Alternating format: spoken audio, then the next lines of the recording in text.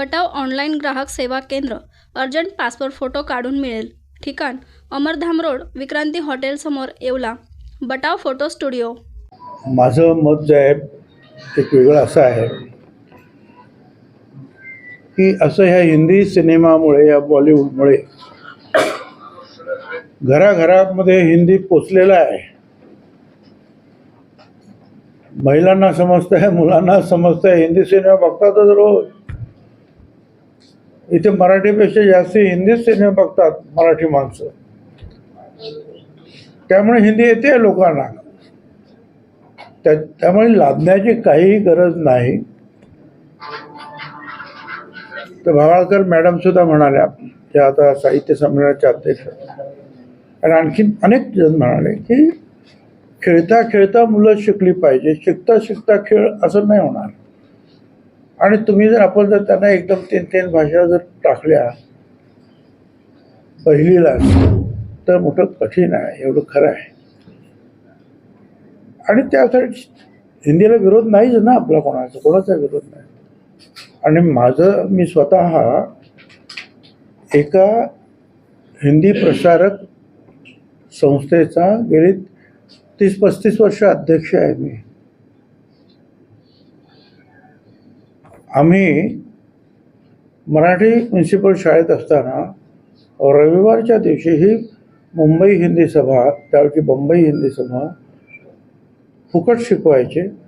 देशभर अशा प्रकारच्या संस्था, दक्षिण भारत हिंदी प्रचार सभा, मुंबई हिंदी सभा, महात्मा गांधी आणि त्यावेळेचे जयप्रकाश वगैरे ह्या सगळ्या लोकांनी काढलेल्या सगळ्या संस्था, तर रविवारी फुकट शिकवायचे हिंदी. तिथे जाऊन आम्ही हिंदी शिकलो. मराठी शाळेत आम्हाला नंतर मला वाटतं काय आठवत पण नाही हिंदी शिकवल्याचं. तर हिंदी शिकलो आम्ही तिकडे. माझं म्हणणं असं काय की हिंदी कमी जास्त प्रमाणामध्ये सगळ्यांना येतं आहे खेड्यापाड्यातून आज.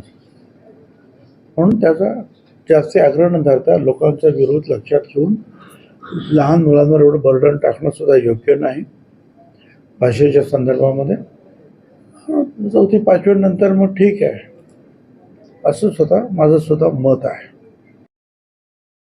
कुठे आपण इथल्या येवल्याच्या अंगरसूलच्या शाळेत 25-50 मुली होत्या. त्या जापनीज भाषेमध्ये स्वागत करत होत्या, भाषण करत होत्या, इंग्रजी बोलत होत्या.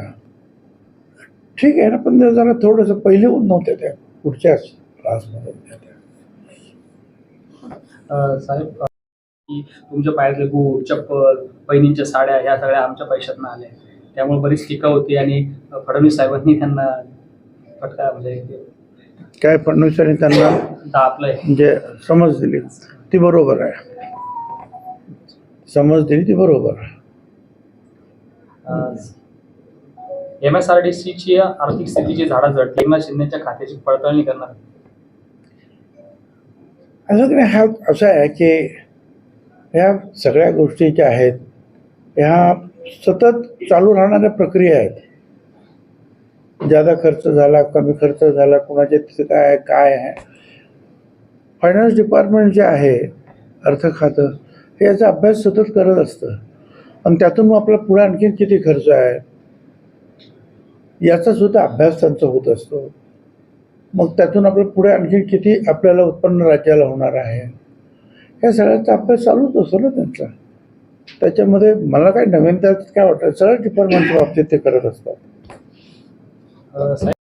केले, तुमच्यावरही केले होते, आता मंत्री हसन मुश्रीफ यांच्यावर केले, मात्र ईडीने त्यांनाही क्लीन चिट दिली. आता सोमय्या पुन्हा तोंड कशी पडले असं वाटतं. मला काय त्याच्याशी बोलायचं, त्याबद्दल काही बोलायचं नाही.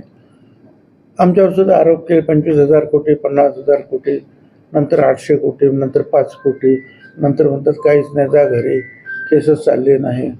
आमच्यात आता मी परवाच्या वर्तमानपत्र घातलं, आमच्या एक चार्टर्ड अकाउंटंट होता, त्याच्यावर सुद्धा ती केस होती. त्यानं सुद्धा माझं केस न चालवता सोडून देण्यात आलं. परंतु कोर्टात जाय वगैरे सगळं काय होत असतं, त्रास होत असतो. आणि विशेषतः घरच्या लोकांना फार त्रास असतो. हे आपण जरा थोडंसं लक्षात घेतलं पाहिजे. ठीक आहे.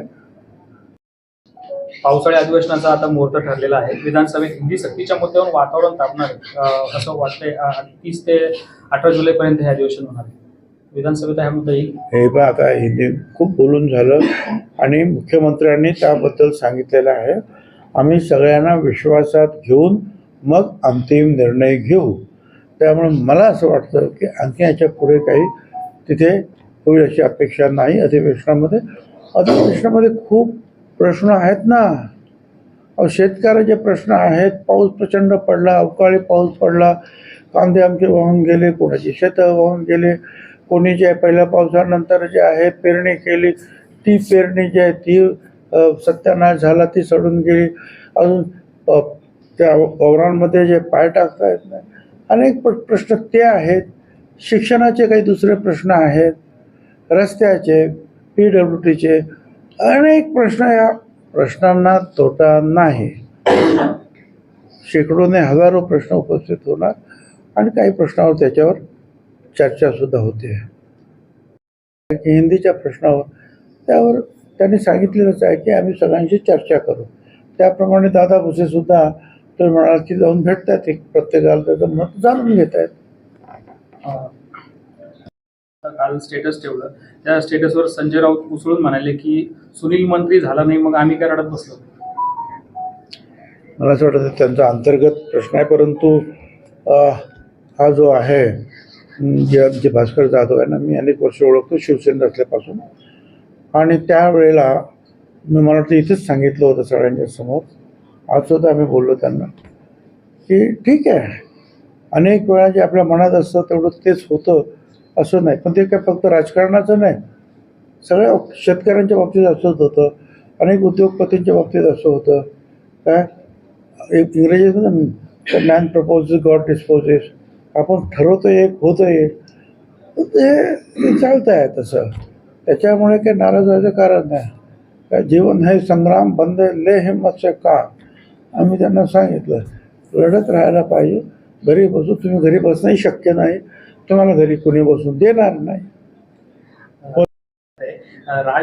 राज ठाकरे आणि उद्धव ठाकरे हे हिंदीच्या मुद्द्यावर पहिलं आंदोलन करत आहेत 6 आणि 7 जुलैला. हे दोघं बंधू म्हणजे दोन्ही पक्षांचं एकत्रित आंदोलन होत आहे. वेगवेगळ्या ठिकाणी आंदोलन होत आहे. देखो ते आंदोलन करतात, आनंदाची गोष्ट आहे. आमची लोकशाही आहे, त्यांनी आंदोलन करायला पाहिजे. पण त्यांनी जे काय सांगायचं ते सरकारच्या कानावर टाकलेलं आहे. त्याप्रमाणे सरकारनं सांगितलं आम्ही सगळ्यांना विचारात घेऊन काम करू. आणि आंदोलन जे आहे काही इतर संस्थासुद्धा आहेत, शिक्षण तज्ज्ञ आहेत, ते सुद्धा आज आपण वर्तमानपत्रातून पाहिलं, अनेक वर्तमानपत्रामध्ये तर त्याच्यावर लोकांनी लेख लिहिलेले आहेत. आणि तज्ज्ञ जे आहेत त्यांनी सुद्धा म्हटलेलं आहे की आपण त्या लहान मुलांवर हा 3 भाषेचा बोजा पहिलीमध्ये टाकू नये असं स्पष्ट शिक्षण तज्ज्ञांनी म्हटलेलं आहे. आणि त्याचाच विचार जे आहे मुख्यमंत्र्यांनी करून सांगितलं ठीक आहे आम्ही विचार करू. आणि इतर राज्यात काय ते पण आपल्याला पाहावं लागेल, त्याप्रमाणे करू. थँक्यू.